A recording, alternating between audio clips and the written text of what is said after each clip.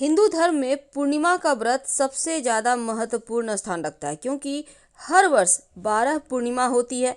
और इस पूर्णिमा में जो कार्तिक पूर्णिमा है, जिसको हम त्रिपुरी पूर्णिमा या गंगा स्नान के नाम से भी जानते हैं, ऐसी मान्यता है कि इस पूर्णिमा या फिर गंगा स्नान के नाम से जो जाना जाता है, ये दिन कृतिका में शिव शंकर के दर्शन करने से 7 जन्म तक व्यक्ति ज्ञानी और धर्मान रहता है। और इस बार की पूर्णिमा भी कृतिका नक्षत्र में ही है। तो इस दिन चंद्र जब आकाश में उदित हो रहा हो, उस समय शिवा, संभूति, संतति, प्रीति, अनसुया, क्षमा, इन 6 कृतिकाओं का पूजन करने से शिव जी प्रसन्न होते हैं। और इस बार कार्तिक पूर्णिमा 19 नवंबर शुक्रवार के दिन मनाई जाएगी। तो कार्तिक पूर्णिमा क्योंकि इस बार प्रारंभ हो रहा है 18 नवंबर की रात, देर रात शुरू होगी पूर्णिमा। और ब्रह्म मुहूर्त में जो आप स्नान करेंगे वो 2 बजे दोपहर तक स्नान करेंगे। ब्रह्म मुहूर्त से लेकर स्नान का समय है, शुभ मुहूर्त है। और समाप्त होगा पूर्णिमा शुक्रवार 19 नवंबर शुक्रवार को समाप्त होगा रात 2:26 पर। तो जो कार्तिक पूर्णिमा है, क्योंकि हिंदू धर्म में सबसे ज़्यादा पवित्र महीना कार्तिक का ही महीना है, तो इस पूर्णिमा के दिन विशेष प्रयोग किए जाते हैं। वैसे तो स्नान दान की शुरुआत देव उठनी एकादशी से ही हो जाती है। 5 दिनों का ये महापर्व है और कार्तिक पूर्णिमा से तमाम शुभ मांगलिक कार्य भी शुरू हो जाएंगे। पुराणों में वर्णन आता है कि इसी दिन भगवान शिव ने त्रिपुरासुर नामक राक्षस का वध किया था और इस वध की खुशी में देवताओं ने इसी दिन दीपावली मनाई थी, जिसे हम देव दीपावली कहते हैं। तो कार्तिक पूर्णिमा पर दीपदान की भी परंपरा है। कार्तिक पूर्णिमा के दिन पवित्र नदियों में स्नान करने से पुण्य तो मिलता है, साथ ही इस दिन बहुत ही शुभ माना जाता है, क्योंकि जब त्रिपुरासुर ने देवताओं को पराजित कर उनके राज्य छीन लिए थे, तो भगवान शिव ने इस दिन उनका वध कर वापस राज्य पा लिया था। और मृत्यु के बाद देवताओं में उल्लास था त्रिपुरासुर का, इसलिए देव दीपावली कहा गया। तो देवताओं ने स्वर्ग में दिए जलाए थे इस दिन। तो आप भी नदी किनारे गंगा घाट पर दिया जरूर जलाएं। आइए जानते हैं कुछ छोटा सा एक प्रयोग जो जीवन की मुश्किलों से आपको बाहर निकालेगा। देखिए, सबसे पहले तो तुलसी जी की जब आप पूजा करेंगे, क्योंकि इस दिन देव दीपावली है, तो तुलसी जी की भी विशेष पूजा होगी। 1 लोटा जल में थोड़ा सा दूध, 2-4 बूंद, और इसमें इस दूध वाले लोटे में आपको थोड़ी सी मिश्री, अक्षत, चावल के दाने और पुष्प डालकर फूलों की पंखुड़ी, 1 चुटकी हल्दी जाकर तुलसी जी में अर्पित कर दें। अगर कुछ ना हो तो कम से कम जल में हल्दी डालकर ही अर्पित करें।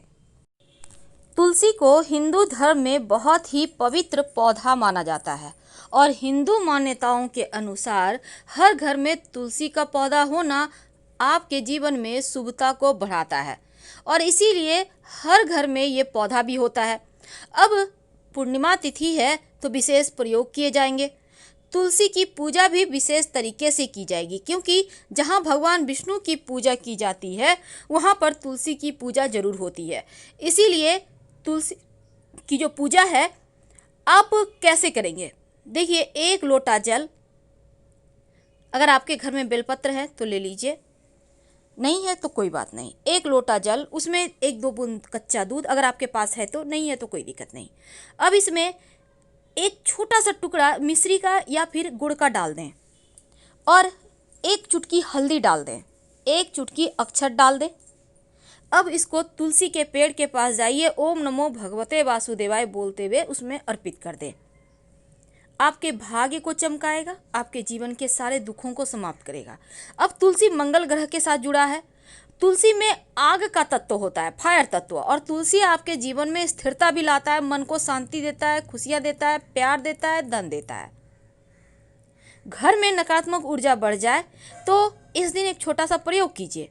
तुलसी का पत्ता 4-5 ले लें और एक बर्तन में पानी ले लें, उसके अंदर तुलसी का पत्ता रख कर आप पूरे घर में इस पानी से छिड़काव करें। बाकी बचा पानी किसी भी आप पौधे में डाल दें। आपके घर की परेशानियां समाप्त होगी। अगर जीवन में बहुत ज़्यादा कष्ट है तो लक्ष्मी स्थिर करने के लिए एक लाल कलावा ले लें, मौली धागा जिसको कहते हैं। तुलसी के पौधे में की जब आप पूजा कीजिए, पूजा करने के बाद ये कलावा तुलसी के तने में बांध दें और अपनी मनोकामना कहें। कुछ ही दिनों में आपकी मनोकामना पूरी हो जाएगी, जीवन की परेशानियां समाप्त हो जाएगी। तो तुलसी में बहुत सारे जादुई गुण छुपे हैं।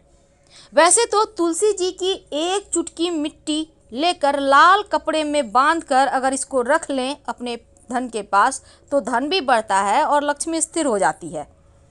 अगर बच्चे ज़्यादा जिद करें तो तुलसी के पौधा के पास आप बच्चे को नियमित रूप से उनका दर्शन करवाएं, प्रणाम करवाएं और तुलसी के पत्ते सेवन करवाएं। अगर आपका व्यापार न चल पा रहा हो तब एक छोटा सा प्रयोग कीजिए। तरह से तो एक बर्तन में, पात्र में पानी ले लें, उसमें 5-6 तुलसी के पत्ते आज के दिन रखकर छोड़ दें और अगले दिन आप इस पानी को पूरे व्यापार स्थल पर छिड़काव करें, बचा हुआ पानी पौधे में डाल दें, आपका व्यापार चलने लगेगा।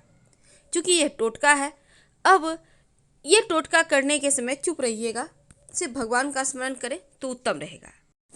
इस दिन तुलसी की मिट्टी का भी प्रयोग किया जाता है। तुलसी की मिट्टी से तिलक जरूर लगाएं, चारों दिशाओं में जय जयकार होगी, आपकी विजय होगी। तो अर्पित करें लाल कपड़े के ऊपर रखकर, फिर थोड़ा सा कुमकुम अक्षत से पूजा करें और माँ लक्ष्मी से धन आने की प्रार्थना करें। फिर माँ लक्ष्मी का कोई भी मंत्र जैसे ओम श्रीं श्रीय नमः का भी जप कर सकते हैं और फिर इसको बांधकर अपने धन के स्थान पे रख लें। ये आपके जीवन में धन की वृद्धि करेगा। वैसे जो आपने श्री हरि के चरणों में सिक्का रखा है उसमें से एक सिक्का उठाकर लाल कपड़े में बांधकर धन के स्थान पर अपने गले में या पर्स में रख ले तो धन की कमी कभी नहीं होगी। और इस सिक्के को संभाल के रखिएगा। जब विशेष तिथि आए तो सिक्के को बीच बीच में रिचार्ज करें। आप कोई भी उपाय करते हैं, प्रयोग करते हैं तो उसको रिचार्ज करने का दिन है। तो इसलिए क्योंकि कोई भी काम करके आप छोड़ देते हैं तो धीरे धीरे उसका जो पॉजिटिव ऊर्जा है वो कम हो जाता है। इसलिए अगर पहले से आपने पूजा करके रखा है सिक्का तो उसको निकाल कर फिर से भगवान के सामने रखें, धूप दीप दिखाकर पूजा पाठ करें, मंत्र जप करें और फिर बांध कर रख दें। चूँकि माघी पूर्णिमा के दिन धन प्राप्ति के उपाय किए जाते हैं, इसलिए इस दिन अगर आप केसर मिला हुआ खीर बनाकर माँ लक्ष्मी को भोग लगाते हैं, प्रसाद के रूप में सब कोई ग्रहण करते हैं तो जीवन में धन की परेशानी कभी आपको परेशान नहीं करती। आप अगर केसर, चूँकि महंगा है, हर कोई नहीं उसको ले सकता, तो कोई बात नहीं, आप हल्दी का तिलक श्री हरि के माथे पर लगाएं और उसी जो आपके उंगली में लगा रह गया है अपने माथे पर लगा लें। इससे भी उनका आशीर्वाद आपको मिलेगा क्योंकि भगवान भाव के भूखे हैं।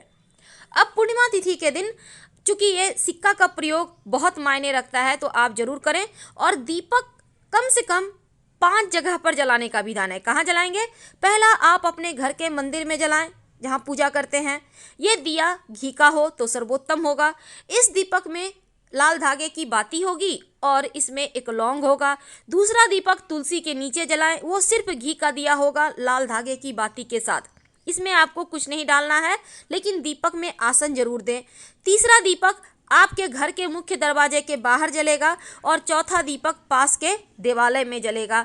पांचवा दीपक आपके घर के छत पर जलेगा जो पितर देवों को रास्ते में रोशनी देगा और उनका आशीर्वाद आपके मार्ग में आने वाले बाधाओं को समाप्त करेगा।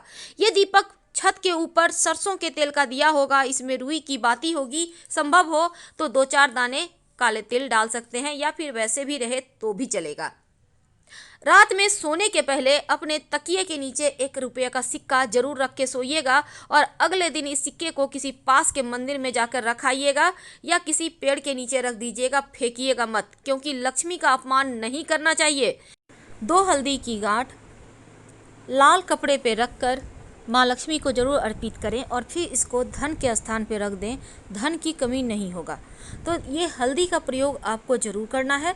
और अक्षत जो चावल है उसको 1 चुटकी ले लें, इसको हल्दी से कलर करके दीपक में डालकर आप लाल धागे की बाती बनाकर घी डालकर फिर दीपक जलाएं तो जीवन की मुश्किलों से बाहर निकल। शाम के वक्त तुलसी के पौधे के नीचे एक घी का दीपक जरूर जलाइएगा और इसमें संभव हो तो एक लौंग डाल दें। इससे घर में सुख शांति समृद्धि बनी रहेगी, जीवन में खुशियां आती रहेगी। चूँकि देव दीपावली है तो अपने घर के मुख्य दरवाजे के चौखट पर एक दीपक जरूर जलाइएगा। एक दीपक पास के किसी भी भगवान के मंदिर में जला दें और एक दीपक पवित्र नदी सरोवर के किनारे जला दें, क्योंकि इस दिन गंगा जी में देव दीपावली, गंगा तट पर सभी देवता पधारते हैं देव दीपावली मनाने के लिए। तो आप भी ऐसा करें, किसी भी पवित्र नदी सरोवर के पास एक दिया जला दें। अगर कहीं कोई सुनसान स्थान है तो वहाँ भी दीपक जला दें, और पीपल के नीचे भी। 5 जगह पर मुख्य तौर पर दिया जलाने का विधान है। अपने घर में भी धूप दीप दिखाइए, लेकिन जब आप धूप दीप दिखाएंगे तो दिया में एक लौंग डालकर ही दिखाइएगा। फिलहाल आपसे विदा लेंगे। हर हर महादेव।